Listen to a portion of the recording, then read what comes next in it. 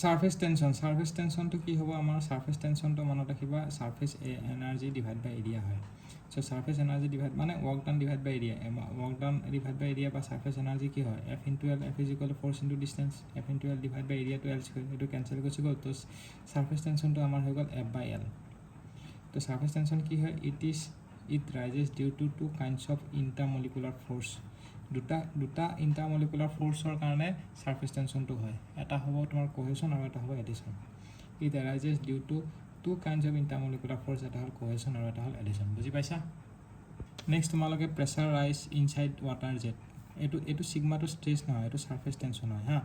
মই যোনটা yellow mark কৰিছো হেকিনা মনত ৰাখিবা যদি প্ৰেসাৰ ৰাইজেস ইনসাইড লিকুইড জেটত কিমানখিনি প্ৰেসাৰ ৰাইজ হৈছে 2 sigma by d মানে 2 surface tension divided by p pressure rise inside it for liquid jet next আহিব pressure rise inside liquid drop হ'ব পাৰে or air drop in liquid drop মানে কি liquid drop in air বা air to যদি drop কৰে in liquid or air bubble বুজি পাইছনে air bubble মানে air drop in liquid একে হয় air bubble হ'ব পাৰে লিকুইড ড্ৰপ হ'ব পাৰে বা এয়াৰ ড্ৰপ ইন লিকুইড যদি হয় তেতিয়া হলে আমাৰ প্ৰেসাৰ চেঞ্জটো হ'ব কি হ'ব 4 sigma by d এটো 2 sigma by d এটো 4 sigma by d আৰু প্ৰেসাৰ ৰাইজ ইনসাইড সব বাবুলৰ যদি হয় তেতিয়া হয় 8 sigma by d প্ৰেসাৰ ৰাইজটো ক্লিয়াৰ হৈছে এটা ক্যাপিলাৰি কি হয় সয় ক্যাপিলাৰি একচনটো কেতিয়া হয় যেতিয়া ডায়ামিটাৰ অফ দা টিউব কেতিয়া হয় লেস দেন 10 mm হয় যদি তোমাৰ ডায়ামিটাৰটো 10 mm তকৈ সৰু হয় তেতিয়া ক্যাপিলাৰি একচন হয় তো ক্যাপিলাৰি একচনৰ ক্ষেত্ৰত লিকুইডৰ লেভেলটো উঠিব পাৰে লিকুইডৰ লেভেলটো কমিব পাৰে জেনেৰেলি ওয়াটাৰৰ কেছত লিকুইডৰ লেভেলটো উঠে আৰু মাৰ্কুৰী ক্ষেত্ৰত লিকুইডৰ লেভেলটো কমি যায় এতিয়া যেনেকৈ তো এই গ্লাছ টিউবটোৰ ভিতৰত হা ইয়াতে কিয় উঠিছে কাৰণ ইয়াতে তোমাৰ এডহেসিভ একচন অফ ওয়াটাৰ এণ্ড লিকুইডটো বেছি হয় কোহেসিভ ফোৰ্সতকৈ আৰু ইয়াতে কিয় কমিছে কাৰণ ইয়াতে কোহেসিভ ফোৰ্সটো বেছি হয় এডিশনতকৈ সেইকাৰণে বুজি পাইছা এটা capillary is due to both cohesion and adhesion যেনেকৈ তোমাৰ সাৰফেস টেনশন কোহেশন আৰু এডিশনৰ কাৰণে হৈছিল ক্যাপিলাৰিটো তেনেকুৱা সেম কোহেশন আৰু এডিশনৰ কাৰণে হৈছে হ'ব এতিয়া যোনটো ক্যাপিলাৰি হাইট এটো মনত ৰাখিবা height is equal two 4 sigma by d এটো যোনটো আছিল এটো 4 sigma by d হেতু হয় হা আৰু লগতে তোমালোকে cos θ আৰু এটো গামা এটো যোনটো গামা আছে এটো কি বুলি ভাবিছা কোৱাচোন এটো হ'ব তোমালোকৰ এটো গামা এটো স্পেসিফিক ওয়েট যোনটো তোমালোকে পঢ়িছিলা এটো স্পেসিফিক ওয়েট গামা হয় না স্পেসিফিক ওয়েট গামা যোনটো ৰজি পঢ়িছিলা নিউটন পাৰ মিটাৰ কিউব হেতু হৈ গল তোমালোকৰ গামা মনত থাকিব তো তোমালোকে 4 sigma by d বুলি মনত ৰাখিবা যোনটো আছে তোমালোকৰ মনত ৰাখিবা 4 sigma by d আৰু ইফালে তোমালোকে cos θ আৰু ইফালে গামা লিখিবা আৰু যোনটো গামা হয় মই লিখি দিছো এটো গামা হেতু specific weight of the liquid যোনটো নিউটন পাৰ মিটাৰ আৰু এটোৰ ভ্যালুটো তোমালোকে rho g বুলি লিখিব পাৰা rho g আৰু থিটা মানে কি theta is the angle of contact between liquid and boundary এটো যোনটো লিকুইড আৰু বাউন্ডাৰীৰ মাজৰ যোনটো এংগল অফ কন্টাক্ট আছে হেতু হ'ব এংগল থিটা হ'ব হেতু মনত ৰাখিবা হা ফৰ এটা pure water and clean glass যদি পিওৰ ওয়াটাৰ যদি হয় for pure water and clean glass কি হ'ব থিটা ইজ ইকুৱেল টু 0 তে h ৰ ভ্যালুটো 4 sigma by 4 sigma মানে 4 into surface tension divided by weight density into d হ'ব এটা নেক্সট চোৱা তোমালোকে এটো চোৱা এটো কি কৈছে এটো কৈছে তোমালোকৰ ক্যাপিলাৰি action between two Pyarelal pipes সব একে থাকিব খালি ফৰৰ ক্ষেত্ৰত 2 লিখিবা 2 sigma cos θ divided by gamma t মানে আগতে আমি d লিখিছিলো নহয় তো এটো 2 sigma by d হ'ব এটো যদি ডিসটেন্সটো d ধৰা তেতিয়া d লিখিব পাৰা এই ডিসটেন্সটো যদি t ধৰা তেতিয়া t ধৰিব পাৰা এই t টো এটা ইউনিফৰ্ম গ্যাপ হয় দুটা ভাৰ্টিক্যাল প্লেটৰ মাজত ইউনিফৰ্ম গ্যাপ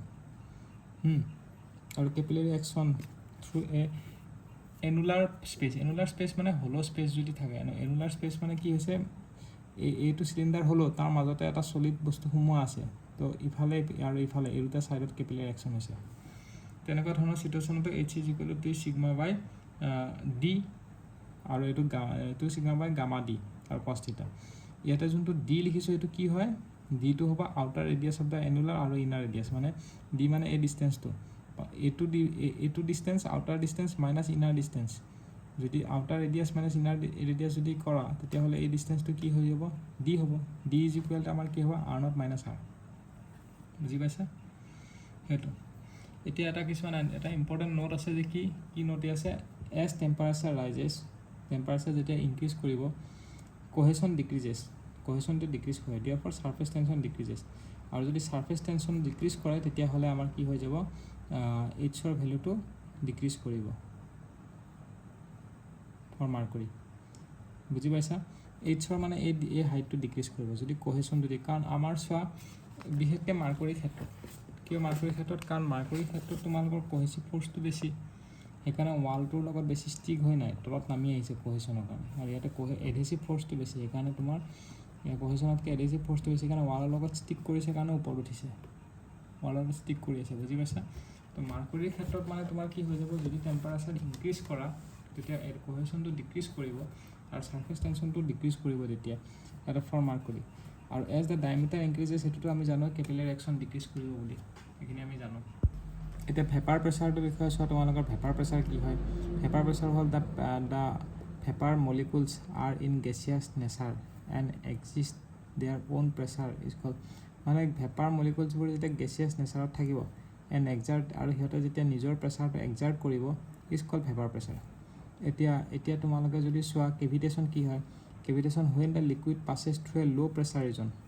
ল' প্ৰেছাৰ মানে কোনটো প্ৰেছাৰ বুজি পাইছা নে pressure less than vapour pressure যেতিয়া বাবুলছ ফৰ্ম হ'ব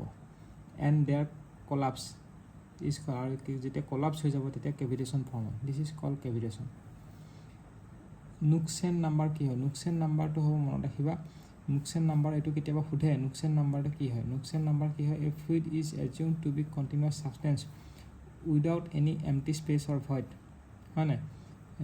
ফ্লুইড একো ভইড নাথাকাকৈ মানে fluid is assume to be a continuous substance without any empty space or void this is known as continuum hypothesis এইটো কণ্টিনিউৱাম হাইপথেচিছ বুলি কয় তাৰ পৰা আহিছে তোমালোকৰ continuous hypothesis is not valid during space shuttle এণ্ট্ৰিত আৰ ফ্ল' ইন মাইক্ৰ'চেনেল যদি continuous যোনটো আছে কণ্টিনিউৱাছ হাইপথেচিছ সেইটো কেতিয়া ভেলিড নহয় যেতিয়া স্পেচ শ্বাটল এণ্ট্ৰিৰ টাইমত ভেলিড নহয় আৰু ফ্ল' ইন মাইক্ৰ'চেনেলত ভেলিড নহয় এতিয়া ইয়াৰ লগত নুকচেন নাম্বাৰটো কেনেকৈ ৰিলেট হৈ আছে চোৱা নুকচেন নাম্বাৰৰ ভেলুটো যদি 0.01তকৈ কম হয় মানে নুকচেন নাম্বাৰ লেছ দেন 0.01 তেতিয়া তোমালোকৰ এই কণ্টিনিউৱাম হাইপথেচিছটো ভেলিড হৈ যাব আৰু নুকচেন নাম্বাৰ কি হয় mean free path divided by characteristics length of fluid mean free path ডিভাইডেডটো মনত ৰাখিব নুকচেন নাম্বাৰটো mean free path divide by characteristics length of fluid আৰু নুকচেন নাম্বাৰৰ ভেলুটো যদি লেছ দেন 0.01 হয় তেতিয়াহ'লে কণ্টিনিউৱাম হাইপথেচিছটো ভেলিড হৈ যায় বুজি পাইছা আৰু ভিস্কোচিটি ইন এচেণ্ডিং অৰ্ডাৰ কাৰ ভিস্কোচিটিটো বেছি হয় জেনেৰেলি ভিস্কোচিটিটো তোমালোকৰ গ্লিচাৰিনৰ চবতকৈ বেছি হ'ব তাৰপিছত হ'ব মাৰ্কুৰী তাৰপিছত হ'ব ৱাটাৰ তাৰপিছত এয়াৰ সেইটো মনত ৰাখিবা নেক্সট হৈ গ'ল কেভিটেশ্যন যোনটো কেভিটেশ্যন পাইছা তাৰে পৰা এটা ৰিলেশ্যন আছে কেভিটেশ্যন নাম্বাৰটো ফৰ্মুলাটো ভেলুটো হ'ল P minus P V divided বাই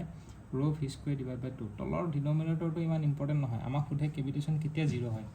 যেতিয়া প্ৰেছাৰটো ভেপাৰ প্ৰেছাৰৰ লগত ইকুৱেল হৈ যাব তেতিয়া কেঞ্চেল গুচি যাব তেতিয়া কেভিটেশ্যনটো 0 হৈ যাব তো কেভিটেশ্যন অকাৰ্ছ কেতিয়া 0 হ'ব কেভিটেশ্যনটো 0 কেতিয়া হ'ব কেভিটেশ্যন নাম্বাৰটো কেতিয়া 0 হ'ব যেতিয়া pressure is equal to vapour pressure সেইটো গেটত সোধে এইটো গেটত কি সুধিছে boiling or forming of bubble starts তেতিয়া কেভিটেশ্যনটো যেতিয়া তোমালোকৰ কেভিটেশ্যন নাম্বাৰটো 0 কেতিয়া হ'ব যেতিয়া তোমালোকৰ হেৰি হৈ যায় কি বুলি কয় P is equal two P V হয় আৰু সেইটো টাইমতে কি হৈ যায় বইলিং নহ'লে formation of Babul vapour start হয় কেভিটেশ্যন নাম্বাৰটো যেতিয়া 0 হ'ব তেতিয়া বইলিং নহ'লে হেৰিটো ষ্টাৰ্ট হয় মানে boiling or forming of bubble start আৰু কেভিটেশ্যন নাম্বাৰটো যেতিয়াৰ পৰা 0 হয় তেতিয়াৰ পৰা মানে বাবুল ফৰ্মেশ্যনটো ষ্টাৰ্ট হয় মানে সেই কথাটো কৈছে তো ভিডিঅ'টো আজি ইয়াতে শেষ কৰোঁ নেক্সট আমি আৰু কণ্টিনিউ কৰিম চেপ্টাৰ নম্বৰ 2 ঠিক আছে